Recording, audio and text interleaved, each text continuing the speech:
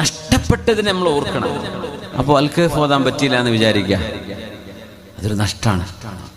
ഒരു വെള്ളിയാഴ്ച കഴിഞ്ഞിട്ടന്ന് അൽ-കഹ്ഫ് ഓതാൻ പറ്റിയില്ല, അന്ന് ഒരുപാട് സ്വലാത്ത് ചൊല്ലാൻ പറ്റിയില്ല. വെള്ളിയാഴ്ച സ്വലാത്ത് ചൊല്ലണേ, ഫഇന്നഹാ മഅറൂദത്തുൻ അലയ്യ, എനിക്ക് അല്ലാഹു വെള്ളിയാഴ്ചയിലെ സ്വലാത്തുകൾ പ്രത്യേകമായി കാണിച്ചു തരുമെന്ന് പുണ്യനബി സ്വല്ലല്ലാഹു അലൈഹി വസല്ലം. വെള്ളിയാഴ്ച രാവിലും പകലും, അതായത് വ്യാഴാഴ്ച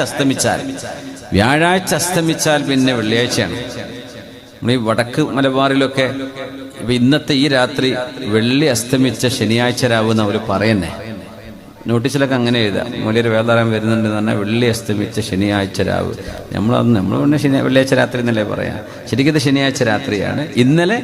ഇന്നലത്തെ രാത്രിയാണ് വെള്ളിയാഴ്ച രാത്രി. ആ രാവ് മുതൽ ഇന്ന് ഇപ്പൊ കഴിഞ്ഞ അസ്തമയത്തിന്റെ സമയത്തിന്റെ ഉള്ളിൽ വരെ എപ്പോഴും അൽ-കഹ്ഫ് ഓതാം.